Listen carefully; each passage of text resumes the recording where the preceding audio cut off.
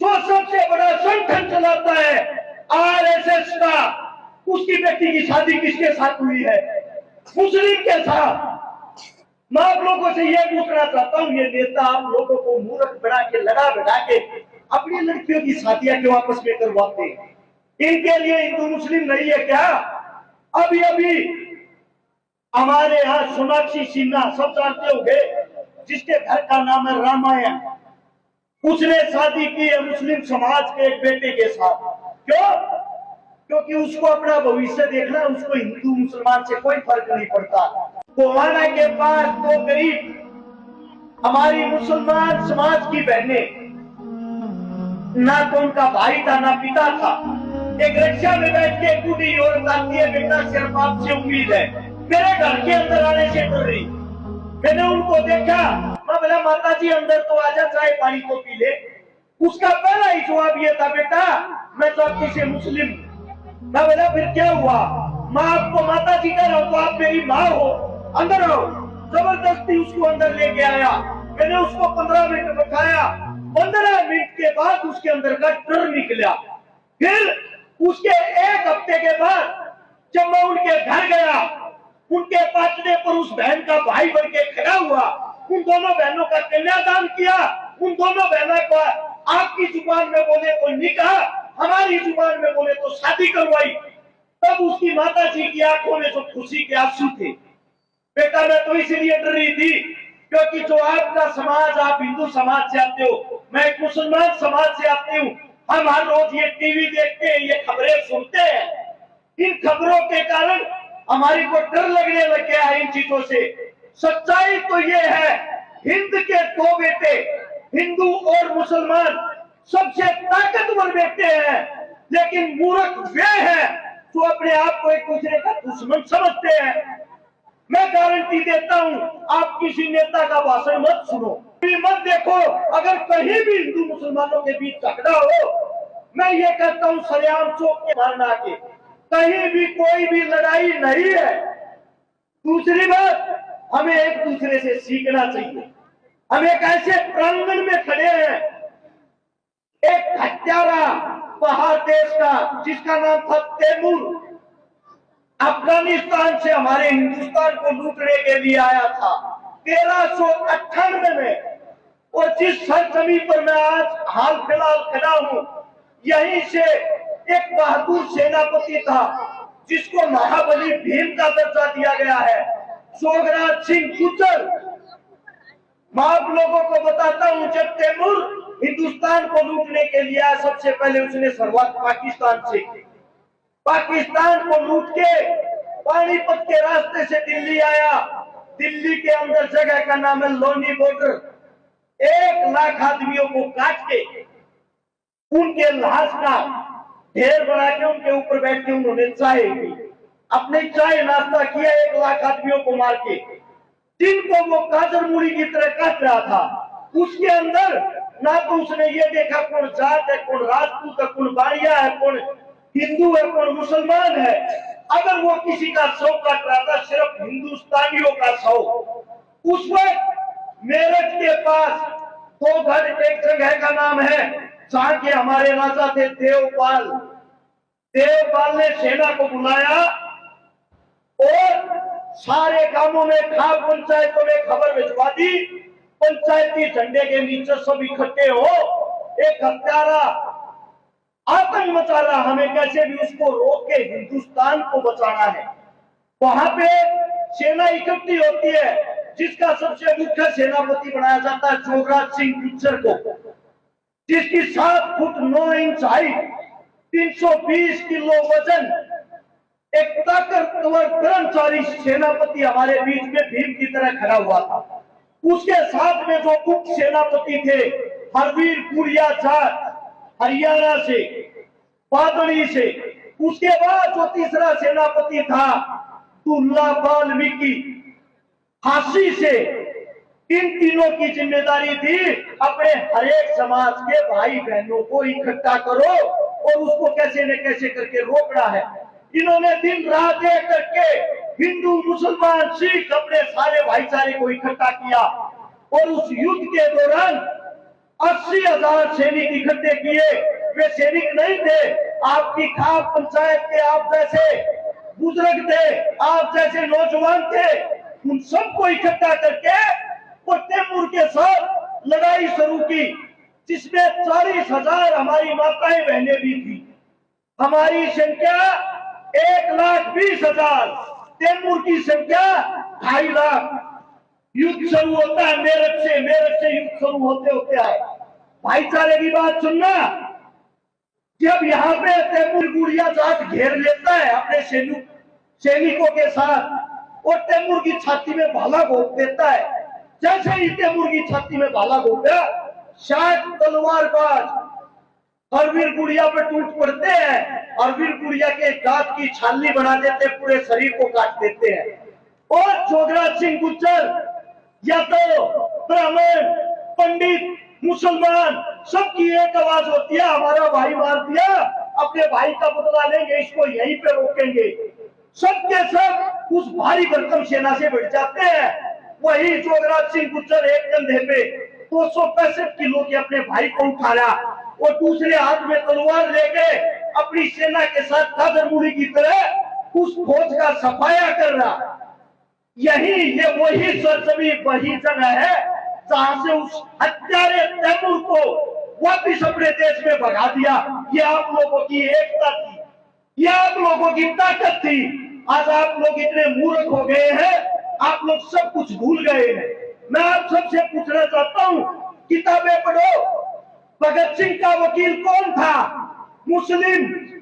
महाराणा प्रताप राजपूत राजा, उसका सेनापति कौन था? मुस्लिम। आप किताबें तो पढ़ते नहीं, हिंदू मुसलमान में घुसे हुए हो। अरे मूर्खों, आंख खोलो, उसको देखो जो हमारे देश का प्रधानमंत्री बना बैठा है, नरेंद्र मोदी। उसकी जाति क्या है? क्या किसी को पता? एक बार उसकी जाति सर्च करके देखो गूगल पे, अपने फोन में। वो तेली जाति से संबंध रखता है, समाज की जाति है। और आप लोगों को मूर्ख बना रखा है। जो सबसे बड़ा संगठन चलाता है आरएसएस का, उसकी बेटी की शादी किसके साथ हुई है? मुस्लिम के साथ। मैं आप लोगों से यह पूछना चाहता हूँ, ये नेता आप लोगों को मूर्ख बना के, लड़ा बढ़ा के अपनी लड़कियों की शादियां क्यों आपस में करवाते हैं? इनके लिए हिंदू मुस्लिम नहीं है क्या? अभी अभी हमारे यहाँ सोनाक्षी सिन्हा, सब जानते होंगे, जिसके घर का नाम है रामायण, उसने शादी की है मुस्लिम समाज के एक बेटे के साथ। क्यों? क्योंकि उसको अपना भविष्य देखना, उसको हिंदू मुसलमान से कोई फर्क नहीं पड़ता। फर्क पड़ता आप लोगों को, आप जैसे गरीबों को। ऐसे ही पिटते रहो, कटते रहो। आप लोग आगे क्यों नहीं बढ़ते? क्योंकि आप इस शांति के किले से बाहर नहीं निकल पाए हो। मैं गारंटी देता हूँ। तो क्या कहना है, हम पुरानी से पुरानी लाश देखकर, कंकाल देखकर ये बता सकते हैं इसका रंग गोरा था कि काला, मरने वाले की उम्र 20 साल थी या 50 साल, इसका कद 5 फुट था या 6 फुट, इसका ब्लड ग्रुप कौन सा था, ये बातें बता सकते हैं वैज्ञानिक। लेकिन कंकाल को देख के ये आज तक नहीं पता लगा मरने वाले की जाति क्या थी। ये जाति बनाई किन लोगों ने? आप लोगों ने। आप लोगों ने। हमारी जो जातियां हैं, हमारा जो धर्म है, ऐसा कौन सा धर्म है, मेरे को ये बता दो, जो आप लोगों को ये सिखाता है कि अपने धर्म का सम्मान करें, दूसरे के धर्म का अपमान करें? ऐसा कोई धर्म नहीं है। और एक किसी व्यक्ति विशेष के कारण हम पूरे धर्म को बदनाम नहीं कर सकते। आप सबसे मेरी गुजारिश है, आप सबसे मेरी विनती है, अपने गांव को आजमा के देख लो। अपने गांव के अंदर तुम सारे एकता बना लो, सर्व जाति के अंदर एकता बना लो। अगर कोई भी नेता आपके बीच आके जातिवाद की बात करता है, जातिवाद का भाषण देता है, उसको तुरंत पकड़े और गांव से बाहर निकाले। अपनी राजनीति भाषा के करना हमारे बीच नहीं। एक गारंटी और देता हूं, अपने गांव में, आपके गांव में जितने गरीब हैं, जितनी गरीब कन्याएं हैं, जितने बेरोजगार हैं, आप सब मिलके अपना बेटा, अपना भाई, अपनी बेटी समझ के उसकी मदद करने की कोशिश। मैं वादा करता हूँ आपको जिंदगी में नेता के दरवाजे पे नहीं जाना पड़ेगा। आप लोगों के अंदर बहुत बढ़िया। अभी ये मैं जो आप लोगों मैंने जिन दो कराई, एक की भी जाति धर्म का नहीं पता।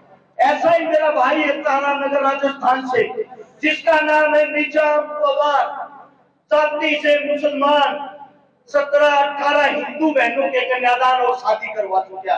मेरी टीम से मुझे गर्व महसूस होता है। मैं हिंदू, मुस्लिम, सिख, मेरे को यही नहीं पता मैंने किस किस की शादियां करवा दी, किस किस का मैं भाई बन लिया। मेरी हाथ जोड़ के विनती है, अपने एक दूसरे भाईचारे को विश्वास बना लो कि टीविया में देखना बंद कर दो, इनकी मत सुनो।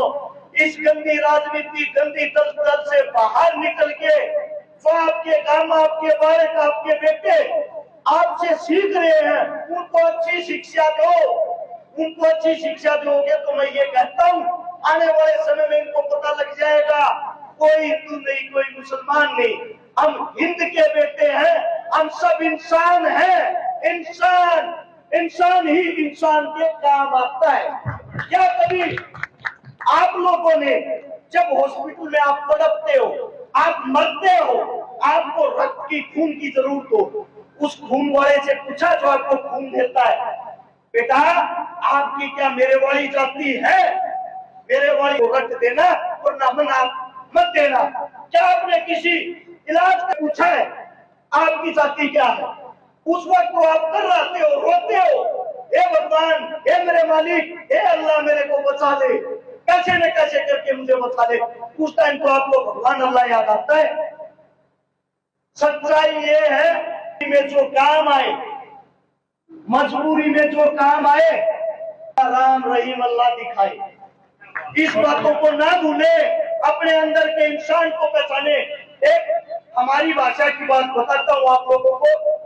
एक औरत लगातार 10 साल से मंदिर जाती थी और मंदिर में जाके एक दिन परेशान होगी, हाथ जोड़ के भगवान को कहती है, मेरे मालिक, हे मेरे भगवान, आज तक मेरे को दर्शन नहीं दिए, मैं कैसे मान लूं कि तू है? अगर तू है मेरे को दर्शन दे के दिखा। ऊपर से आवाज सुनाई देती है उस औरत को, बेटा तेरे अंदर बोले कौन? जिसको यहाँ ढूंढ रही कहीं वही सजन तो ना हो।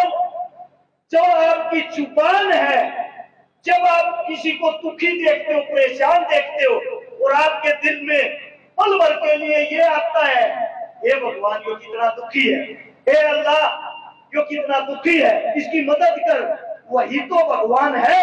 उसको जगाओ, उसको बाहर निकालो। रोड के ऊपर ये मूर्तियां जब टिकी हुई होती हैं, वो मंदिर की हो, मस्जिद की हो, गुरुद्वारे की हो, कीमत कुछ नहीं होती उनकी, कुछ भी कीमत नहीं होती। 10-20 रुपए में आप उसको घर खरीद के लाते हो, उसके सामने सुबह शाम जोत लगाते हो, भजन करते हो।